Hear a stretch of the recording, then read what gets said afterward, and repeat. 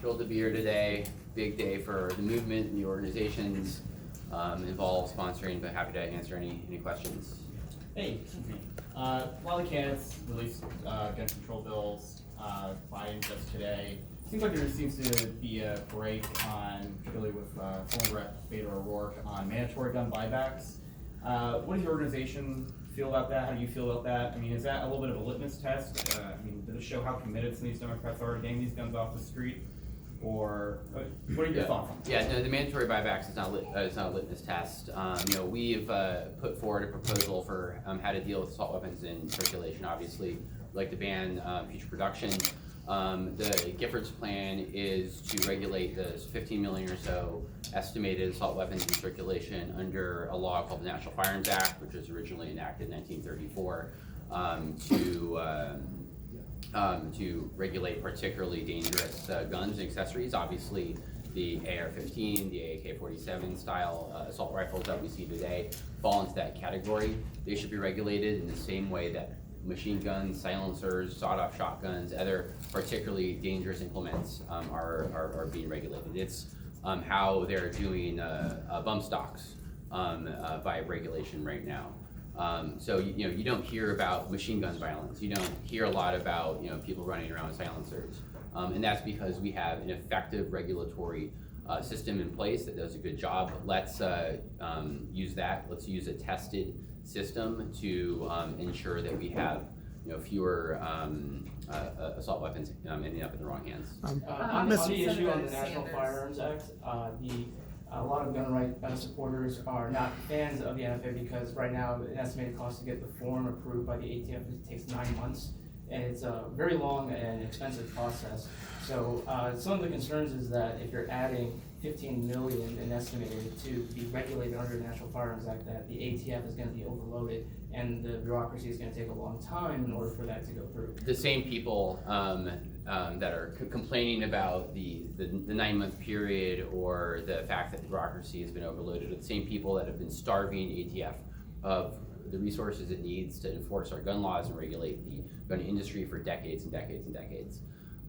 So I think what we're hearing there are crocodile tears. So it would be in for more funding for the ATF in order to alleviate those problems? Of course, yeah. Senator Sanders couldn't make it today. Has anyone from Giffords spoken to him or his people today, or plans to check in with him? We've been in touch with his campaign and have not spoken with him. Obviously, we wish him the best. We are looking forward to seeing him here today. We'll see him out in the trail, and we wish him well and good health.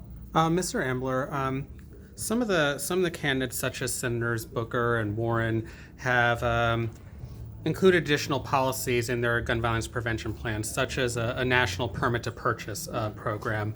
In addition to what we usually hear about background checks and maybe assault weapons, what other policies do you envision as priorities? Should you have a gun sense majority in Congress and a gun sense president who are willing to finally act on this? Yeah. First of all, universal background checks is, the baseline of what we need to achieve in order to have anything else that you might add on, right? You can't have, for example, a red flag extreme risk law and then still allow the holes in the background check system that we currently allow under federal law. You can't have a permit to purchase system if you don't have universal background check system. Speaking about permitting, I think that's actually really interesting because a lot of the candidates have started talking about that. Americans, I think, are responding to their leadership. It's something that was initially greeted by the media when I think Senator Booker first started talking about it as a sort of a leading edge, somewhat controversial thing, right? That the Senate was proposing, but in actuality, these are laws that receive very high levels of popularity, 70%, 80% national polls. They're the law of the land in several states across the country already, including red states and purple states, North Carolina, Nebraska, Iowa, something similar, and they've been shown to be very effective. You look at a state like Missouri, that in 2007, the legislature worked with the NRA to repeal its permanent purchase universal background checks law. And as a result of that repeal, they saw a 25% spike in gun homicides, directly attributable to that shift of policy.